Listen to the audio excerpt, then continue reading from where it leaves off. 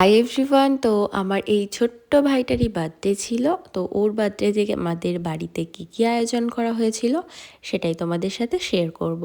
তো প্রথমেই দেখতে পেলে একটা মকটেলের কাউন্টার ছিল, প্লাস এই সাইডটাতেই একটা কাবাবের কাউন্টার ছিল, তারপরে একটা পানের স্টল ছিল, একটা কফি স্টল ছিল, কফির সাথে পকোড়াও ছিল। পকোড়াটা অবশ্য খাওয়া হয়নি, অনেক রাত হয়ে গেছিলো, গেস্ট অ্যাটেন্ড করতে করতে প্রচুর বিরক্ত হয়ে গেছিলাম, টায়ার্ড হয়ে গেছিলাম। তারপরে প্রায় 9:30টার দিকে এই দুটোকে টানতে টানতে খেতে চলে এসেছি।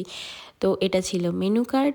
ফার্স্টেই ছিল ফিশ বাটার ফ্রাই, তারপরে এটা কিছু একটা কচুরি ছিল, আমার নামটা মনে নেই, তারপরে চানা মশলা, ডাল, ভাত, ঝুরি আলু ভাজা, তারপরে মাছও অপশনাল ছিল কিন্তু আমরা কেউই মাছটা খাইনি।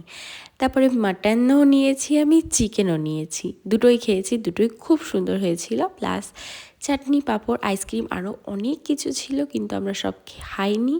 চলে এসেছি আমরা এখানে নাচ করতে। ব্যাস, আমাদের বাড়িতে অনুষ্ঠান হবে, আমাদের বাড়িতে নাচ হবে না, এটা হতেই পারে না। তো বার্থডে বয় তো নাচ করে পুরো ফাটিয়ে ফেলেছে।